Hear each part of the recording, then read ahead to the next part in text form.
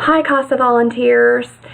It's Angela Henderson, your executive director, and I am going to try a little experiment with doing videos ever so often. Let me remove my glasses. I don't need those while I talk to you.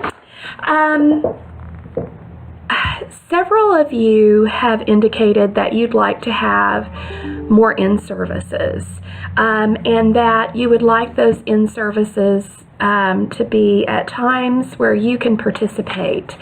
And so I thought that we would try doing some videos. I don't have anyone with me today to interview, so that's not going to happen today. Today I'm just going to focus on a couple of reminders that you might want to think about as 2017 gets off to a start, and then we will entertain any ideas you have. It would be very simple to sit in front of a laptop like I'm doing today and just ask questions and interview a person. So if there's a specific topic or a person that you would like to visit with, please don't hesitate to let me know that. And I will do my very best to either find a person who can talk on a specific topic, or if there's a specific person you want me to interview, I will do that as well. So let's get started today. Hopefully you're not laughing at me, because that would hurt my feelings. I'm putting some skin in the game by doing this. I mean, nobody wants to videotape themselves, so I'm cringing by the moment as I'm watching myself do this. But hopefully this will be a great way for us to communicate. I think it's better than a letter or a stuffy memorandum or an email or even a text. So anyway, we're going to give this a try and see what we think. So for today, what I'd like to focus on is some areas that are really important in our work that I want to remind you of. You know, sometimes we get going on things and we think we know what it is that we're supposed to be doing, and then we discover, oh, gee, maybe I really have kind of lost sight of what it is that I'm supposed to be doing. So I want to get back to talking about advocacy and what that looks like and what you need to do in order to be a good advocate. So, for the purposes of CASA, being a good advocate means that you go and see the children as frequently as you feel you need to do that to be able to speak up for what is in their best interest. And you need to go see them in the environments in which they operate. So, we're talking about the foster home, whatever the placement is that they're in.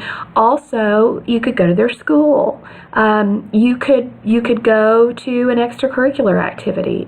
We had a little boy one time that was running track, and I went to one of his track meets. It was here in Claremore. It was super easy for me to stop by, and I was on the sidelines, and I just gave him a wave and said, "I'm cheering for you." And so that sort of helped solidify that bond between he and I, that I came to his event. So National CASA requires us to see these children at least every 30 days. So now that doesn't mean that you should, only go 30 days. If the child needs to be seen more often than that, then you can do that. You need to obviously be thoughtful of the foster parent's schedule and not overburdening them with too many visits. But it's conceivable that you might need to see a child every 2 to 3 weeks. And if that is the case for you and that is something you have time to do, then I highly encourage that. But at no point should it be more than 30 days. So, if it's day 31 or day 32, probably not a problem. If we start getting into day 45, 50, upwards of 60, then I would begin to say that you're starting to lose that personal touch that you need to be able to effectively advocate for what the wishes and needs of that child are. So set your intentions for the year. Look at your calendar, determine. Everyone is super busy, so I understand. You're probably sitting there thinking, okay, Angela, that sounds great in theory, but I'm super busy. We understand that, and we don't want to make this onerous on you. But do sit down and look at your calendar and just sort of decide, what do I think I can do here? How often do I think I can go see these children? So that's the first thing that I wanted to talk to you about today. If you have any questions related to that or policies and procedures, do not hesitate to contact me. You can call me on my cell phone, which is 918-637-4129. You can email me at Angela, Angela, at Cano, CANO, CASA, CASA.com. Happy to hear from you. You can also contact your advocate coordinator. Those folks want to hear from you too. The second thing that I want to talk to you about sort of goes hand in hand with the first thing that I wanted to talk to you about, and that is an effective court report.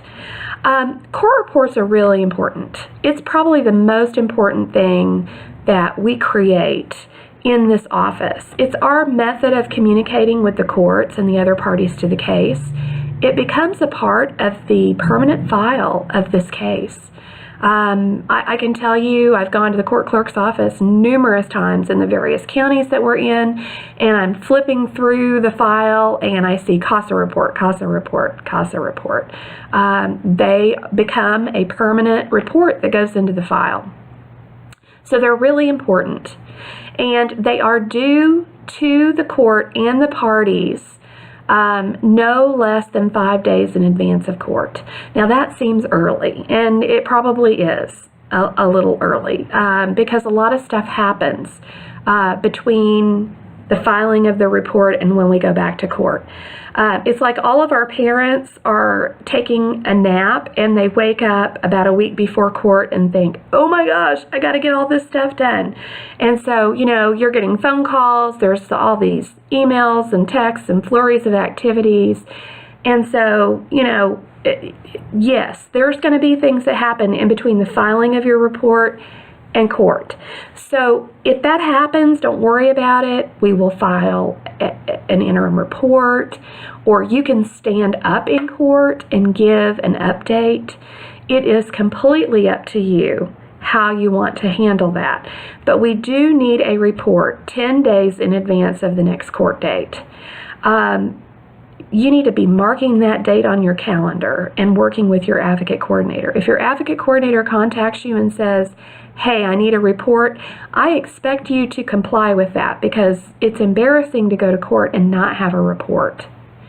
In order to write a good report, you have to go see the kids. You have to go see the parents. You have to go see the placement providers, teachers, grandparents, anybody who knows anything about this case.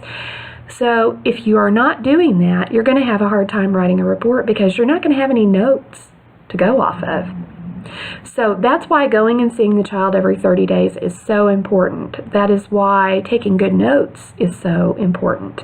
And if you don't have a notebook right now that you're using to keep notes as you're working on your case, that's something I'd really encourage you to do here in 2017 because it is really important to have that. It's just sort of a great way of keeping track of information that you need to know or that might be helpful in your court report writing. The court report is really a snapshot in time of a particular child or group of children. So, and some of you take pictures of the kids. You've kind of taken that literally, and you take a snapshot of the child to put in your report, and I think that's great. I think it never hurts to remind the court what these kids look like. They're real human beings with a real pulse. So, having a picture of them in your report is a great idea.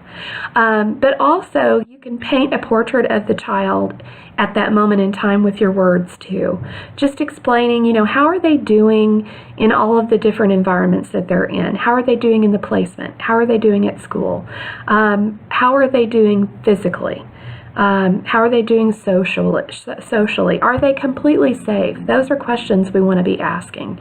Are we on a good track for permanency? Are mom and dad going to be able to regain custody of their children? Or do we need to be looking at a different track here? Do we need to be going a different direction? Those are all really good questions that you can answer in your court report. The third thing I want to remind you of is when your advocate coordinator contacts you, or if anybody on the staff contacts you, I expect you to return the phone call or return the text or return the email. Don't leave us hanging. We don't have a magic ball down here. We don't have a magic 8-ball. We don't have the amazing Kreskin's ability to know what's going on with you. We're going to begin worrying about you if we go beyond 48 hours without hearing back from you. Even if it's just a real quick email that says, hey, super busy right now, can't talk, I'll call you on Thursday. That is really what you need to be doing in terms of communicating with us. This is like a sacred trust, what we're doing here. We take care of you, you help take care of the kids by helping us get this information before the court. And so, we're checking in with you because it's important, not because we just need somebody to talk to. We can all talk to someone. We can talk to a friend if we need to do that. If we're calling you, there's a very specific reason we're doing that, and we need to talk to you. So let us know what's going on. If you need a break, please let us know. Things happen. People get sick, family members get hurt. Sometimes people get hospitalized, or you have a death in the family. We need to know that. That way we can support you and help you. That's a great time to just say to us, hey, I need to take like 3 weeks here and just handle this specific thing. Then we can take over, and your advocate coordinator is going to ask you, okay, where are you at? What needs to happen next?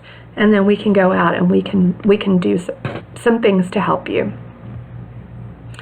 I'm trying to think if there is anything else that I wanted to tell you. I think that's pretty much it. So just to recap, look at your calendar for the year and set your intention. How often do you want to see the children on your caseload? How often do they need to be seen? And making sure that you're seeing them every 30 days is really, really important. Second, return phone calls and texts of your advocate coordinator or emails, however we're communicating with you. If you're getting a phone call or a text or an email, you need to be contacting that person back.